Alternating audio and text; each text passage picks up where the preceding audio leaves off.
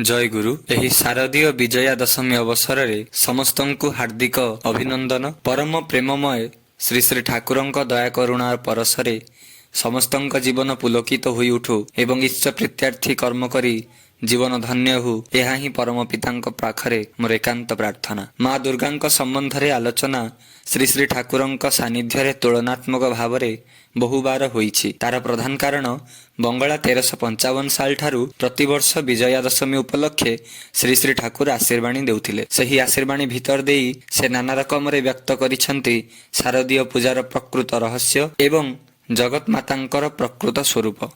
विजया दशमी परे द्वादशी तिथि ठारू श्री श्री ठाकुरंक पादपीठ तले अनुष्ठित हुए तांकरी शुभ जन्म महामहोत्सव। सेही उत्सवरे विजया उपलक्षे प्रदत्त आशीर्वाणी प्रत्यह ही पाठ होई आसुछि। दुर्गा पूजार प्राक्काल रे श्री श्री ठाकुरंक निकटरे आशीर्वाणी पई प्रार्थना हुए। सेही दिव्य आशीर्वाणी को प्रवीण भक्त मंडली लेखा आरंभ करंती। ताहा पूर्वरु 2-3टी संस्कृत एवं बंगला अभिधान पाखरे रही थाए। भक्त मानक प्रश्नर उत्तर श्री श्री ठाकुर सुंदर भावे बुझाई कुहंती। एसबु कहु कहु शुणु शुणु विश्व विभु विश्वेश्वरंक भीतरे घनीभूत होई उठे महाभाव। एही भाव मुग्ध गांभीर्यतार मधुर वातावरण सृष्टि हुए एवं एहा परे श्री श्री ठाकुरंक श्रीमुखरु निश्रित हुई आशीर्वाणी। श्री श्री ठाकुरंक दिव्य उक्ति को आपण मानक सम्मुखरे प्रकाश करुछि एही वीडियो माध्यम देई। माँ दुर्गा किए, दुर्गा पूजा कौन इत्यादि बहु प्रश्नर सावलील वास्तव उत्तर परम प्रेममय श्री श्री ठाकुर कहिछंती। एही अमीय बाणी लिपिबद्ध होईछि श्री श्री ठाकुरंक दृष्टि रे देवादेवी पुस्तकरे। श्री श्री ठाकुर माँ दुर्गांकु केबे माटी प्रतिमा हिसाब रे देखि नाहंती। से कुहंती प्रतिमा रे जाहांक पूजा करा जाए से प्रति घरर देहधारी माँ। प्रत्येकंक माँ ही एही दशभुजा जननी। निज माँ को खुशी और तृप्त करि न पारी हजार ढाक ढोल बजाई दुर्गा पूजा करिले मध्य कोनोसी फल हुए ना। दयाल ठाकुर बाणी देई भगवती पूजा करे तार माने निजर माँ को ही उपासना करे। से केवल पूजा वेदी रे दशभुजा नुहंती, घरे घरे जीवंत द्विभुजा जननी। प्रतिटी घरर माँकर ही एक रूप। श्री श्री ठाकुर सत्यानुसरण रे लिखिछंती प्रत्येकंक माँ ही जगत जननी। प्रत्येकंक झियो ही निज मार विभिन्न रूप। माँ उपरे टाण रहिले तथाकथित कामना बासनार प्रलोभन रे पड़ी अणनिश्वासी हेबाकू पड़ेना। चरमर परीक्षा रे पड़िले भी संतान जदि सेतेबेले माँकर स्नेह मधुर बराभय मुखटी को स्मरण रखिपारे ताहेले हुएत से चरम परीक्षार अशोभनीय आकर्षण को मुहूर्तक मध्य छिन्न दूरित करि देई पारे। माँ सेतेबेले संतान निकटरे होई उठंदी असत विरुद्धरे दुर्गा स्वरूपा। सेथिपाई से दुर्गा नाम रे अभिहिता। श्री श्री ठाकुर विजया उपलक्षे बाणी रे कहुछंती एई माँ मोर एपरि ऐश्वर्यशालिनी दश प्रहरणी जाहांकठारे अच्युत आनति ही मोर दुर्ग। सेई आनतिर मध्य देई जेतेबेले मार चरण रे आनत हुए स्वत संबितरे सक्रियतारे सेतेबेले ही माँ मोर दुर्गति नासिनी दुर्गा। माँ दुर्गा दशभुजा माने तांकर 10 हाथ, अथच घरर माँ जीए तांकर तो 2टी ही हाथ। ताहेले दशभुजार अर्थ कौन? ता माने से 2 हाथरे 10 हाथर काम करती। जीए घरर माँ से एकाधारे रे बधू एवं गृहिणी। आम मानकर स्वस्ति शांति और खाद्य पानीय आदिर दायित्व तांको हातरे ही। जार जेपरी दरकार से तार सेपरी आहार व्यवस्था करि दियंती। गुरुजन मानकर सेवा जत्न करती।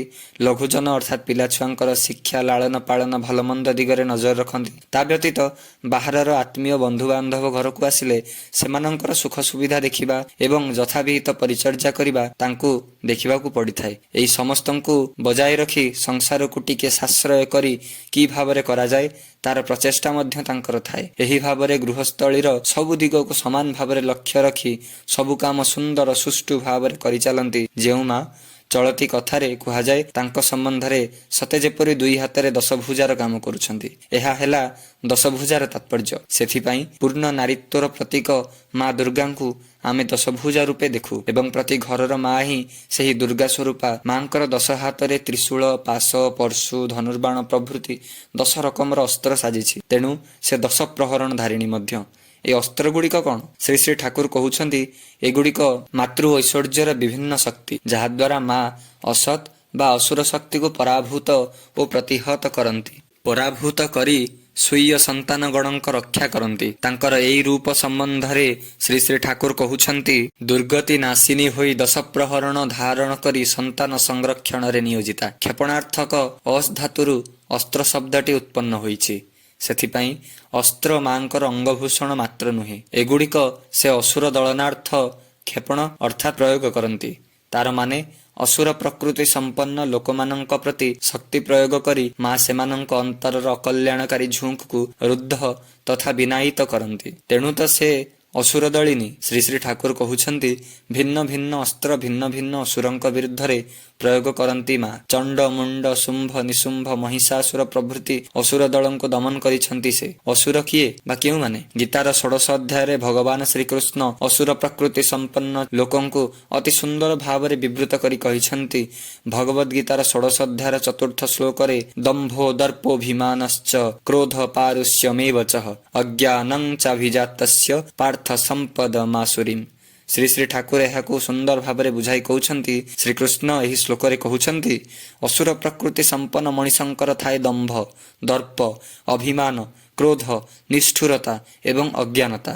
ସେମାନଙ୍କର ସୁଚିତା, ଆଚାର ଏବଂ ସତ୍ୟନିଷ୍ଠ ନଥାଏ। ସେମାନେ ବର୍ତ୍ତମାନର ସୁଖ ସୁବିଧା ଭୋଗ ନେଇ ହିଁ ବ୍ୟସ୍ତ। ସେମାନେ ଅର୍ଥ ସଞ୍ଚୟ କରିବାରେ ବ୍ୟସ୍ତ, କାମିନୀ ପୂର୍ତ୍ତିରେ ବ୍ୟସ୍ତ। ଅସୁରମାନେ ନିଜକୁ ସମସ୍ତଙ୍କ ପ୍ରଭୁ ବା ସିଦ୍ଧ ପୁରୁଷ ବୋଲି ମନେ କରନ୍ତି। ସେମାନେ ନିଜକୁ ସବୁବେଳେ ବଳବାନ ଏବଂ ସୁଖୀ ବୋଲି ମନେ କରନ୍ତି। ସେମାନେ ମନେ କରନ୍ତି ତାଙ୍କ ସମ ଆଉ କେହି ହିଁ ଏ ଜଗତେ ନାହାନ୍ତି। ସେମାନେ ବିଭ୍ରାନ୍ତ ଚିତ୍ତ, ମୋହାଚ୍ଛନ୍ନ ଏବଂ ଐଶୀ ପୁରୁଷ ବିଦ୍ୱେଷୀ ପରାୟଣ ଅଟନ୍ତି। ଏହିମାନଙ୍କ ପରି ଅସୁର ସ୍ୱଭାବ ସମ୍ପନ୍ନ ମଣିଷମାନଙ୍କୁ ମା ନିୟନ୍ତ୍ରିତ କରନ୍ତି, ସେମାନଙ୍କର ସତ୍ତା ବିରୋଧୀ ଚଳନ ଗତିକୁ ରୁଦ୍ଧ କରନ୍ତି। ତେଣୁ ସେ ଅସତ୍ ଦଳନୀ, ତେଣୁ ସେ ଅସୁର ନାଶିନୀ। ମହିଷାସୁର ବଦ୍ଧ କରିଥିଲେ ବୋଲି ମାଙ୍କର ଗୋଟାଏ ନାମ ମହିଷାମର୍ଦିନୀ। ମହିଷାମର୍ଦିନୀ ମାନେ ଶ୍ରୀ ଶ୍ରୀ ଠାକୁର କହନ୍ତି ଆତ୍ମମ୍ଭରି ଦମ୍ଭ ବିଜୟିନୀ। ମାଙ୍କ ପ୍ରତି ଜ୍ୱଳନ୍ତ ଭକ୍ତି କିପରି ଅସତ୍ ଦଳନ କରିପାରେ ସେହି ସମ୍ବନ୍ଧରେ ବାଣୀ ଦେଇ କହୁଛନ୍ତି, ଅଶିଷ୍ଟ ଯା ତାକୁ ଦୂର କରିଦେବେ, ଶିଷ୍ଟ ଯା ତାକୁ ସଂଘତ ଓ ସୁଷ୍ଠୁ କରି ଅସତ୍କୁ ମୋଚନ କରି ତୋଳିବେ। ଏହା ହିଁ ହେଉଛି ଦୁର୍ଗା ସ୍ୱରୂପର ପ୍ରକୃତ ବ୍ୟାଖ୍ୟାନ।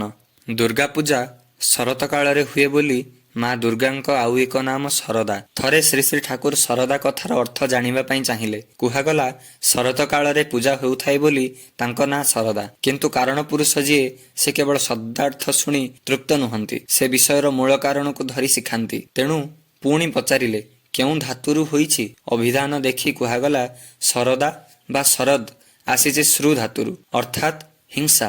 ଏହା ଶୁଣି ଶ୍ରୀ ଶ୍ରୀ ଠାକୁର ଆଶ୍ୱସ୍ତ ହେଲେ। କ୍ଷୀଣ ହସି କହିଲେ, ସେଇ ତ ଠିକ୍ କଥା। ସେ ଅସତ୍ ନିରୋଧୀ ପ୍ରଚଣ୍ଡା, ହିଂସାତ୍ମକ ଯାହା କିଛିକୁ ନିହତ କରନ୍ତି, ସେ ରକ୍ଷାକୁ ସମୃଦ୍ଧ କରି ତୋଳନ୍ତି। ଦୁର୍ଗାଙ୍କର ଧ୍ୟାନ ମନ୍ତ୍ରରେ ଅଷ୍ଟଶକ୍ତିର କଥା ଦେଖିବାକୁ ପାଉ। ଉଗ୍ରଚଣ୍ଡା, ପ୍ରଚଣ୍ଡା, ଚଣ୍ଡୋଗ୍ରା, ଚଣ୍ଡନାୟିକା, ଚଣ୍ଡା, ଚଣ୍ଡବତୀ, ଚଣ୍ଡରୂପା, ଅତିଚଣ୍ଡିକା, ଏହି ସବୁଗୁଡ଼ିକ ହିଁ ହେଲା ଅସତ୍ ନିରୁଦ୍ଧର ମହାପରାକ୍ରମୀ ଶକ୍ତି। ମାଙ୍କର ଶରଦା ନାମର ସାର୍ଥକତା ଏହିଠାରେ ହିଁ। ଜଗତରେ ସଭିଏ ହିଁ ତାଙ୍କ ସନ୍ତାନ।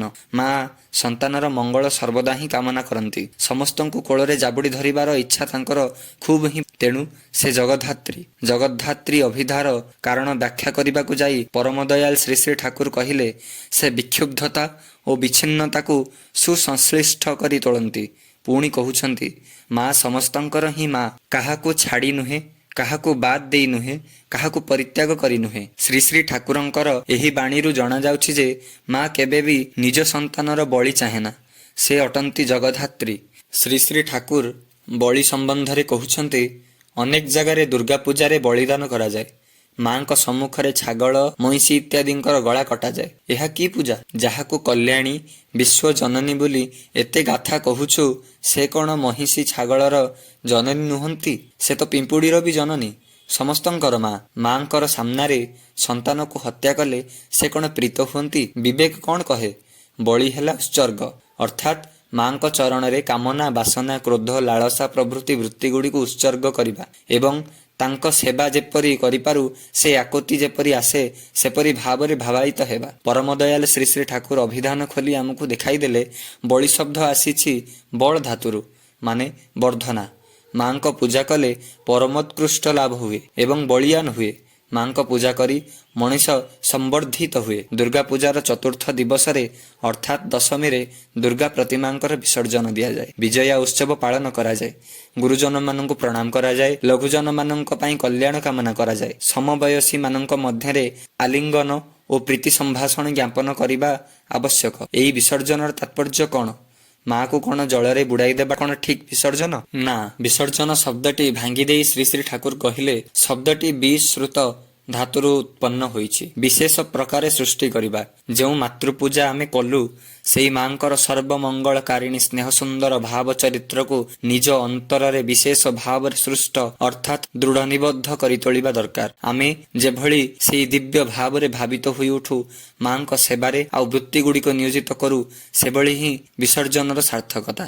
ଏହା ନ କରି ପୂଜିତ ପ୍ରତିମାଙ୍କୁ ହଇଚଇ କରି ଜଳରେ ଭସାଇ ଦେଇ ଆସିଲେ ତାହା ବିସର୍ଜନ ହୁଏ ନା। ପୂଜିତ ପ୍ରତିମାଙ୍କୁ ଘରେ ସାବଧାନରେ ବାସ୍ତବ ଭାବରେ ରଖିବାରେ ଅସୁବିଧା ହୋଇପାରେ। ପୁଣି ଶ୍ରଦ୍ଧା ଭକ୍ତି ସହକାରେ ଯେଉଁ ପ୍ରତିମା ପୂଜା ହୋଇଛନ୍ତି, ପୂଜା ଦିନ ଗୁଡ଼ିକ ଗଲା ପରେ ସେହି ପ୍ରତିମାଙ୍କୁ ଯଦି ସେପରି ସ୍ନେହାର୍ଥ ଭାବରେ ଆଦରରେ ରଖାଯାଇ ନ ପାରେ, ତେବେ ଅନ୍ତରରେ ଶ୍ରଦ୍ଧା ଯତ୍ନ କମ୍ ହୁଏ ଏବଂ ତାହା ଆମ୍ଭମାନଙ୍କ ପକ୍ଷରେ ହିଁ ଖରାପ। ଏହିସବୁ କାରଣ ଦୃଷ୍ଟିରୁ ପ୍ରତିମାଙ୍କୁ ନଦୀରେ ବା ବଡ଼ ଜଳାଶ୍ରୟରେ ନିରଞ୍ଜନ ଦେବାରେ ବ୍ୟବସ୍ଥା କରାଯାଏ। ଦେବତାଙ୍କ ଦିବ୍ୟ ଭାବ ଅନ୍ତରରେ ପ୍ରତିଷ୍ଠିତ କରିବା ଭିତର ଦେଇ ମଣିଷ ଦିବ୍ୟ ଚେତନା ସମ୍ପନ୍ନ ହୋଇ ଉଠେ।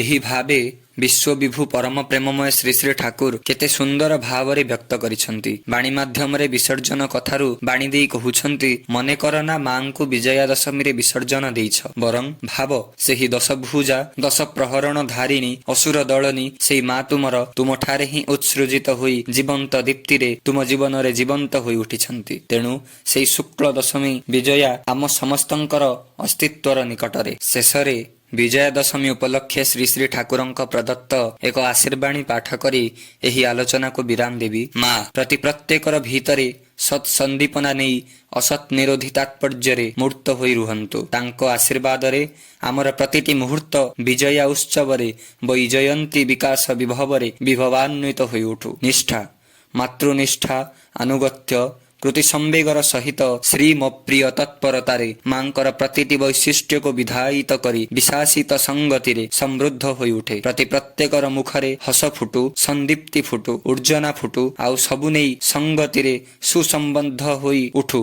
ଏପରି କରି ହିଁ ମାଙ୍କର ଆରାଧନା କର। ତା ନିତ୍ୟ ନିତ୍ୟ ହିଁ କର। କରି ନିଜେ ସାର୍ଥକ ହୁଅ, ପ୍ରତି ପ୍ରତ୍ୟେକଙ୍କୁ ସାର୍ଥକ କରି ତୋଳ। ସର୍ବଶେଷରେ ସମସ୍ତଙ୍କର ମଙ୍ଗଳ କାମନା କରି ରହୁଛି। ବନ୍ଦେ ପୁରୁଷୋତ୍ତମମ୍।